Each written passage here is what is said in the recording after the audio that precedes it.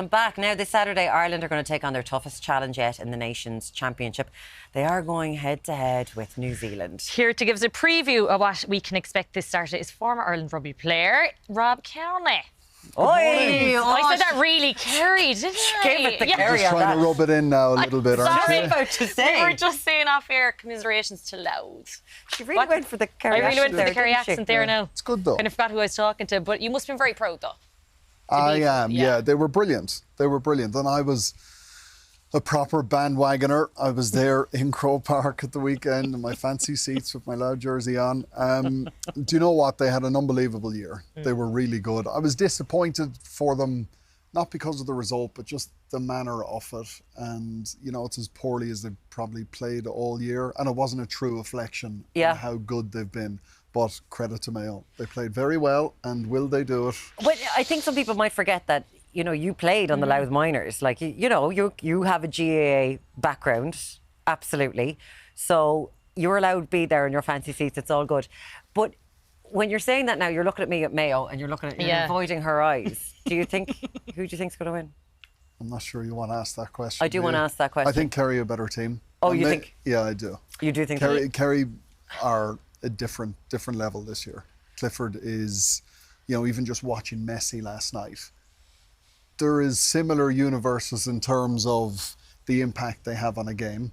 And it's just, it gets harder for Mayo every time they go back. But they played very well. And they're a young team. I don't think they have any team. fear. They won't have the same fear and baggage of the past. It'll be a mighty, mighty game. And I love the new rules.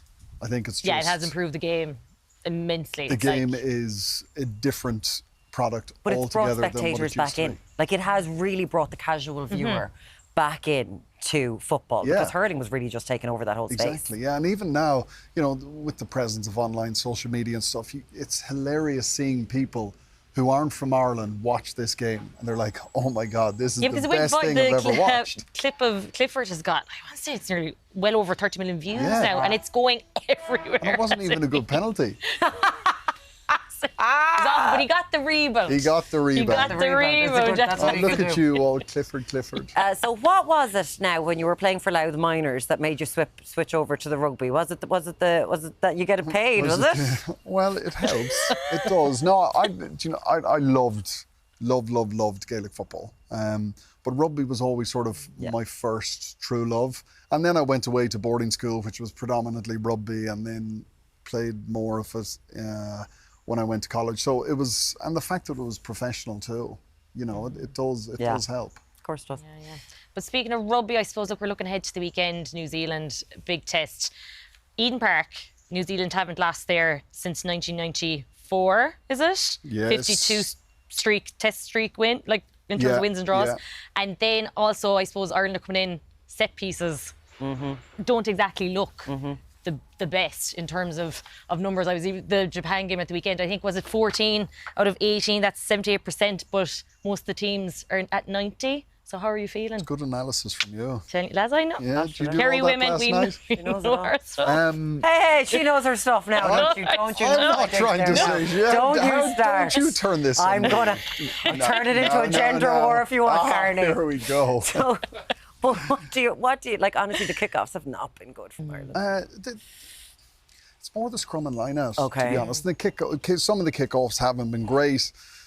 You know, so we've beaten Australia and Japan. Australia was sort of the big game. We won them, which was great, and they've done really well, but not probably played to the best of their ability. Yeah. Now, we also have to be very fair. It's a long season. Some of these guys are going for over 12 months, which is hard, and you're going away to the other side of the world.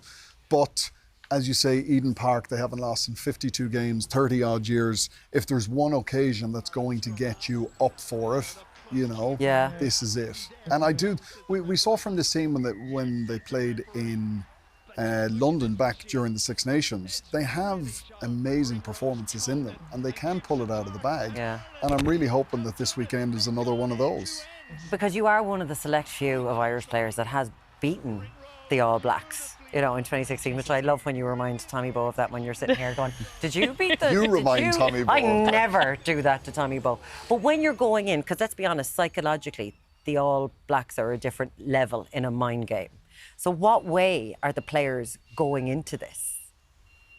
Yeah, well, do you know what? I think for this current group of players, they don't, a bit like what we were saying with Mayo, they don't have the same baggage as necessarily I did when we were playing. Because they've seen Ireland teams win, they know that we can beat the All Blacks, we've done it at home, we've done it away. For all of those times when I was doing it, it's never been done before. And you're sort of thinking, God, are we ever going to be able to beat this team? Yeah. So once you get over them the first time, you know, every time after that, you know it's something that can be done. So these guys won't be going with any fear. They'll know they'll have to raise their performances an awful lot more and play a lot better.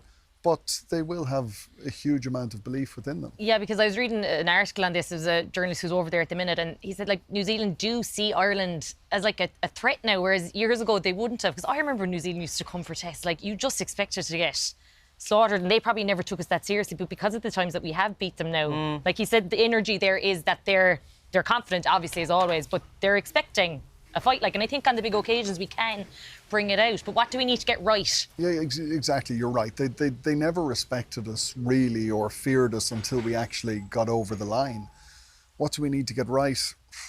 We need to get everything right. Yeah. You do. That's how good they are. That's how difficult it is to beat them in Eden Park. Set piece is huge. We're going to have to create loads of sort of opportunities and line breaks. And when you want to beat the All Blacks, you have to score tries.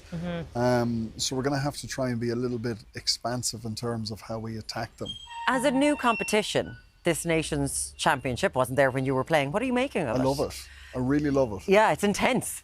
It is intense because, you know, there's points at the end of the games and they matter. And, you know, for people who love rugby, you know, those test matches of the past would have meant a lot, even though they're a test and, you know, but if you're not really into it, you could just say, well, they're only friendlies, they don't matter. Yeah. It doesn't matter if you win or you lose. Now it does matter. And I think when we get to the finals weekend in the last weekend of November, all 12 teams will be going to London on the same weekend. That's going to be incredible. A great weekend. Yeah. Do you miss it? Playing? I don't really. No, I don't. Now, you know, Look at him. I've never seen a happier man in my life. He's like, no. when I go to the Aviva and the big days and you're watching the lads line up for the anthem and the buzz of everything, but I think I'm always going to miss that. I was very lucky to have gotten a really long career. My body had given up. I couldn't do things that I once could when I was a young whippersnapper. So I guess I look back just with, you know, genuine gratitude that I got to do it for so long and be a part of great teams and have good teammates and play with great players and coaches and all of that, as opposed to missing it. And again, I suppose the thing about rugby is that it's always about the World Cup cycle. So here we are again going, how do you think this is shaping up for Andy Farrell in the World Cup cycle? I know. Yeah. Are you sick of talking about the World Cup cycle? Yes and no. Oh my God. Yes and no. I don't know if that was a pregnant pause or just a sure, I don't know. It's great. Yes and no. I think it's, part of me says it's very unfair to sort of judge a team just on a World Cup cycle, regardless of what they've done over the 4 years before that. But the other part of me is saying, well, you know, we're one of the best rugby nations in the world now, and we still haven't been able to get past the quarterfinal stage. And until we do, we can't be not taken seriously on the world stage, but it's something that we desperately need to get over. Well, he'll be up bright and early because there's a lot of rugby going on this weekend. Still be in bed on a Saturday, of course. So you got the Nations Champions. It's on this weekend. You'll be there. Are you there? Saturday morning, 8:10 live. I'll be there. He will be there. Are you on the early shift? Early shift. Early shift. On Virgin Media. Thank you, Rob. Of course, Rob Kearney. Thank you so much for joining us. Thanks a million. Thanks.